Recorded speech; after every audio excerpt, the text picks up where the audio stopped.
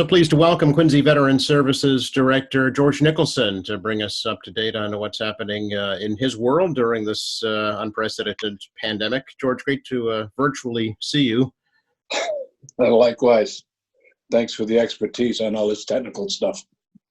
We're all learning as we go. It's nice to know that we're still not too old to learn new tricks. No, I went to, over the weekend, we had one of these Zoom parties with relatives, a little cocktail party over the phone. There you go. That was a novel experience. Not the cocktail, but just doing it over the phone. That's right. So I do appreciate the time, and it's quite obvious that you are in the office. Obviously, the office is probably closed to the public, but you're there, right? Yeah, it's like the rest of the city where public access is closed, but we're doing everything with phone and email. And actually, we're, as far as all the crisis we have with the COVID-19, we're actually pretty lucky here in Quincy. I'm better off than most of my counterparts because of all the extra services that we've got here.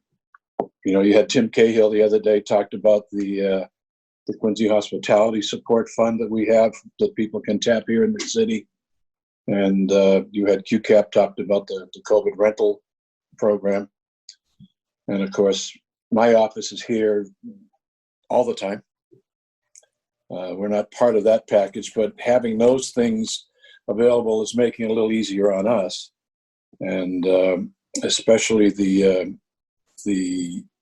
unemployment issues that are going on right now, because there's a lot of confusion with that. You've got the pandemic unemployment assistance, there's federal pandemic unemployment assistance, there's pandemic emergency unemployment compensation.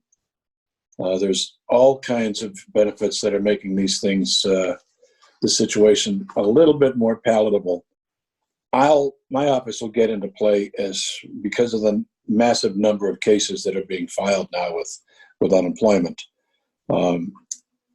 We really don't have a good grip on what the processing time is. And so we might be able to provide some assistance to people that way.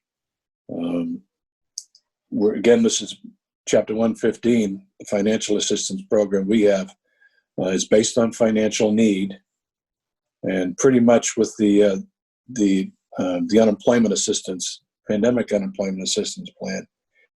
Anybody that gets a regular unemployment assistance right now, whatever their weekly amount is, that they determine based on their wages and hours, etc., that's enhanced by another $600 a week. Okay. And which is a very, very fortunate thing that the CARES Act put together, that the president signed last month. Makes a world of difference, because quite literally there are some people actually right now who are going to have more money in their pockets now under this unemployment arrangement than they were making when they were working. Sure. And on top of that, you have the stimulus program, which has gone out. Checks are starting to come out for those. The $1,200 for single and $2,400 for couples filing what is under $150,000. Yes. There's a limit, something like that, and that becomes a factor with us. It is not a factor with what we process. Our directions from the Massachusetts Veteran Services Office is that the stimulus funds that come in, we don't count them. Oh, okay. So if I have somebody that right now, that if you were to apply for Chapter 115 benefits, the basic rules have not changed. I want everybody, especially our senior citizens, who've got time to sit home and look at this, take a look at your income. And if you're single and you're looking at a veteran or a widow, and you've got $2,000 a month as gross income, or you're married and there's between the two of you is $2,800, you could quite possibly be eligible for assistance from Chapter 115, which covers food, it covers housing, medical expenses, burial expenses, in some cases emergency assistance for rent, and even occasionally we come up with one where an emergency home repair. all of that's been in our past. That stuff is available. And when they look at that, even though that stimulus is, they're talking about giving that every month. Yeah. That's money that wouldn't count. So people are thinking, well, I've got $2,000 a month in income, and now I've got another $1,200. So that gives me, do the math. Now I'm looking at $3,200. I don't qualify. Well, yeah, you do. Okay. Because the stimulus money doesn't count. The unemployment benefits do count. Okay. And the unemployment benefits are even taxable. So that bonus, while it's good, Uncle's going to get some of that back. Yeah. No doubt. Okay. So we're looking at, when trying to help people, these are all of the extra elements that we're dealing with now that were never a factor before. And the stimulus package is good for them, but we can still help them with the stimulus. Not only just the income. For Chapter 115, there's also an asset limit.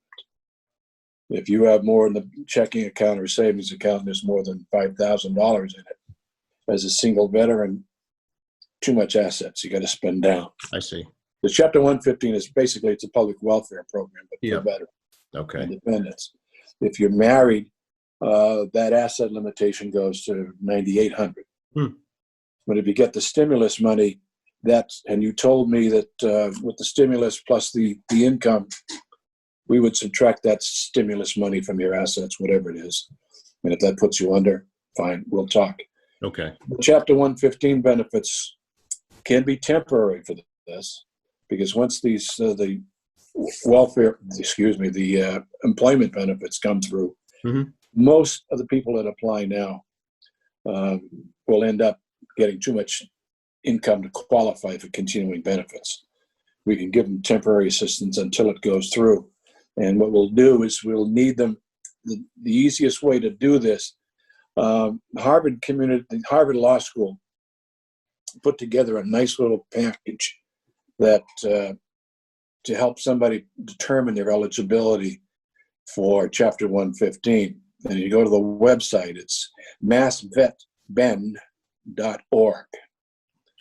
And that's a calculator in there. They can look at it and they can get a pretty good idea whether or not they'd be eligible. Okay. I'm getting applications come in over the email, and we have to send information out. As a practical matter, it would work much better for us and for those that we hope to be able to help. Give the office a call first. Okay. 617-376-1192. And talk to us about it over the phone. We're partially staffed, but there's somebody here. The office is open during the regular hours. So we can get the claim going. And Department of Veteran Services has said that for the sake of expediting these things, which is the best way we can help, they'll take partial applications. When you're doing this kind of stuff, when public assistance like this, there's a ton of paperwork that goes with it. There's just no way to avoid it. Yeah. And the department will take some of the applications with some more basic stuff just to get the ball in the ground, and we'll worry about the details later. Yeah. Okay. Just to get somebody some income. And so it's worth pursuing. And again, you can have, if anybody that hasn't applied for unemployment assistance, even though that's not a veteran's benefit, I'm here to assist. And sometimes some of the things, the information I have and can provide is not veteran related, but it's germane to the individual who has a need. Okay. When you've got the unemployment gets you to $600 on top of your regular pay. There's the federal pandemic unemployment assistance one is a new program that's set up, and we just got the guidelines for that. Were distributed to everybody. And those are for people who don't have basic eligibility for for unemployment benefits. Independent contractors mostly, right? Yes. Yeah. Yeah. Underemployed, independents, things like that. Yeah. Self-employed, there's a whole list. Church workers, things like that. Okay. Places that have been let go. Where they're not eligible for basic benefits, they are going to be eligible for this. Great. We'll get the $600. There's even an emergency unemployment compensation plan as a third program they've got set up. and that's for people whose unemployment eligibility has run out, Okay. and they're going to carry that forward.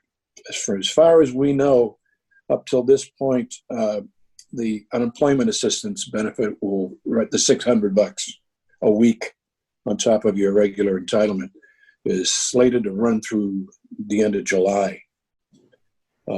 Those who've run out of unemployment eligibility and come under the emergency compensation one, my understanding is that time frame runs on to December. Oh, all right. Okay.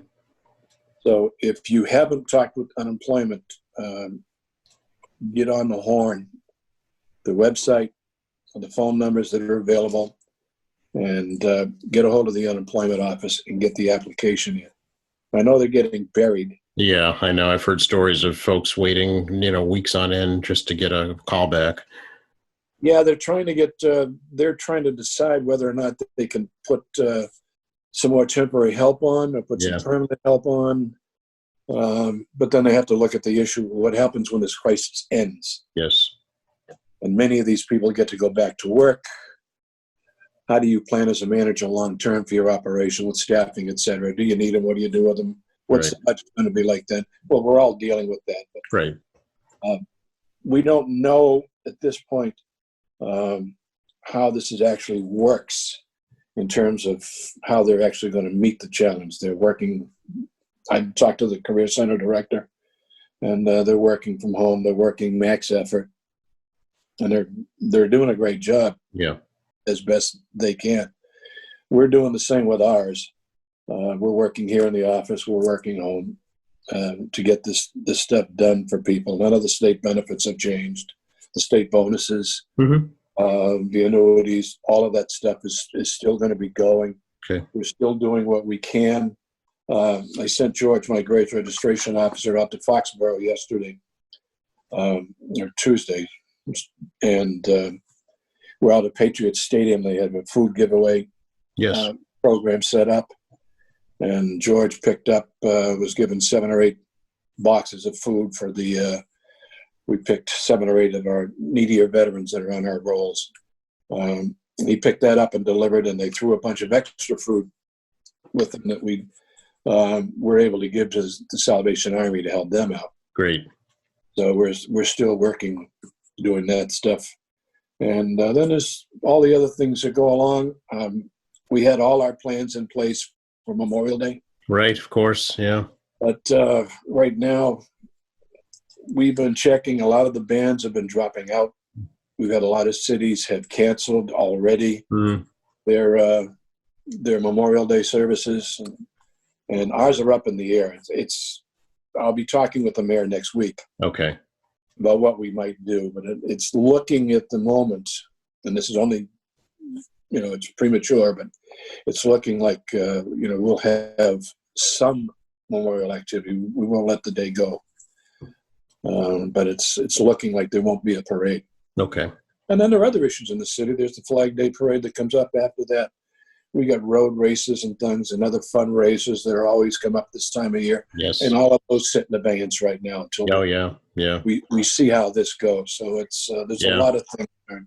Oh, yeah. The Senior Olympics have already been postponed. The Cleaner, Greener Quincy has already been postponed. So it's kind of as an, almost day-to-day basis, really. Yeah, there's just way too much that's in flux right now. Yeah. And, we get to sit here, and I've got a good staff, and we've been busy, and we still invite people to give us a call. And one of the things I wanted to emphasize, I'm going to send a flyer out to to Jim Marethis, and we'll see if we can get him in all the individual mails in the senior housing in the city. But my biggest concern at this point, and it always has been, is that the veterans, the senior population, actually any veteran who finds themselves in financial need ought to be checking with us to see if we can help them out. Okay. And while in the crisis, some of the benefits that we could pay will be temporary. For others, it can be long-term. Mm-hmm. Even if we have in our system, you may not be eligible. Your income might be such that we can't pay you any financial assistance for food or rent or things like that. But most of them have medical expenses. Yes. And we do have categories that you can go over that income limit we mentioned, and we will reimburse those individuals roles for the prescriptions and things that they buy, the dental services that they need, things like that. Okay. That's still an ongoing part of our day-to-day operation. And I don't want to see anybody in the city that's eligible for it lose out on it. This is not temporary. We're here all the time. We get you on the rolls with us. You could be on the Chapter 115 rolls with my office for a long time and benefit from it. So that's the whole, you'd lose the medical reimbursements. And when I say medical reimbursements, people don't even think about it. That even includes some Medicare premiums. Okay. Your Medicare premium right now is the average is 140 and change. And if nothing else, that comes out of your Social Security check. We know about it. You're on our rolls. We'll give you that money back. Sure. I mean, that's, groceries or gas or every little bit helps. Absolutely. Yeah. Every little bit helps. And as I said earlier, we're very fortunate here in the city of Quincy that we have the Quincy, the hospitality fund and the rental fund that people can employ to help with those things. We have some ourselves. Right at the moment, if somebody goes into rental or rearage and qualifies, we have a one-time benefit that we can help them out with. And if anybody's falling behind on a mortgage payment, the first thing we would all suggest is that they contact their mortgage holder. Yes. And see if they can make an arrangement for a little bit of abeyance in making some of the payments that have to be paid. Yeah, it's so important to get on top of that stuff early. Yeah. You have to. Yeah. And you have to do it yourself. You can't sit back and expect that you're going to get a letter in the mail from any of these places saying, hey, come on, jump on board. We know your situation. We're taking initial action. Don't trust that to be the case. Yeah. So do what you got to do. Yeah. And do it on your own, but quickly. George, I'm sure you're very familiar with, the tragic story of the Holyoke Soldiers Home. I'm just wondering what you're hearing in terms of the VAs in our area and the vets that are served by them. They're getting ready. Still, because the investigation is still ongoing. You got Mr. Walsh, who I know is a nice enough guy to say the least. He contends that he sent the notices in about the deaths and about the discovery of the COVID virus in the facility. He says it was done timely. We don't know if that's a fact, if it got lost in the bureaucracy someplace, but it's none of us have any answers. They gave a specific phone number, to the families of those residents in the soldiers' home, specifically in Holyoke, although done the same for Chelsea. Chelsea's situation isn't anywhere near as bad. Right. But somebody disseminated that number to the public, okay, to some of the media, and that number got overwhelmed. And so even the families are having a hard time getting information out of the Holyoke Hospital soldiers' home as to what's going on. And it's terrifying to know that we get 33 deaths, and there are many more that are still suffering from it. I've been to Holyoke Soldiers Home a number of times over the years. I know the facility. I used to know some of the staff, and they work very hard with what they have. And under normal circumstances, it's a good environment for those guys because that's where they live. There is a hospital ward, but that's where they live. And it's just like the nursing homes and stuff. And they missed it. Nobody understood at first just how dangerous this virus is. How easily it spread, the unseen. And all of us are just going to have to sit back and wait and see what the final outcome is. Yeah. I don't want to be callous and say that the damage is done, but we can't bring those poor guys back. And you just feel horrible for their families that they couldn't get to them. they didn't know, and it's a tough time for everybody. Even just jump beyond that, they're still doing, for example, they're still doing burials down at the National Cemetery. Are they? Okay. But you got to stay in the car. Yeah. Yeah. And there is no military service done at the site. There's no playing of taps. There's no folding of the flags. I see. There's no military burial ceremony right now. Okay. And we already know about, the funerals and the lack of ability to go mourn. And if you're going to do anything for any of these people, you just get on the website of the funeral home and speak your piece and your best wishes to the family and condolences, because there's nothing else you can do. At this point, right, yeah. And, this is a time that none of us have ever lived through before.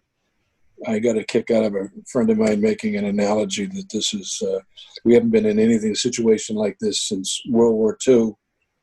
And I said, well, that might have been a national thing, but I hardly would think that's a fair comparison. But because it's the national impact, I can understand. But beyond that, any identification between this and any other thing we've experienced in this country outside of this is just incomprehensible to me. Yeah. No, I mean, during that time, actually, everyone was working for the war effort, but everybody was working. Here, we're all sitting at home. Yeah. Now everybody's sitting at home and looking at it's unbelievable to look at the empty streets. Mm-hmm. And I'm used to, when I come to work, I can be to work in 10 or 15 minutes as opposed to an hour. Right. Yes.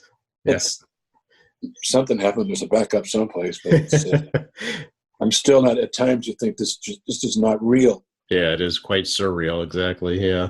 Closer to home, I wanted to give you the opportunity to express your condolences to the former commander of the Veterans Council who passed away. Dan was a good friend. One very fine gentleman, and really saddened that we lost him. And it's like, in many cases like that, nobody really knows who Dan really was. His background, sure, the paper says he was in probation and court officer for a lot of years. That was his choice of dedication. Nobody knows that, he was seriously wounded in Vietnam. Lucky to be here. Dealt with a lot of problems that he just kept under the vest, and you couldn't tell by looking. Judge a book by its cover. He never felt sorry for himself or anything like that. He was a Marine's Marine, start to finish. And just a fine gentleman and a good friend. And as far as all of us are concerned on the Veterans Council and the caddy post, everybody that knew him, the courts, the whole bit. Like so many others, he was just taken much too soon from us. Yeah. 76 isn't as old as it used to be. That's so true. Yeah. And he was a healthy, robust guy right up until, and that's the tragedy of it and this whole virus. Yeah. The thing that sounds like you want to leave folks with mostly, George, is to reach out and contact you in your office if they have any questions or need any assistance.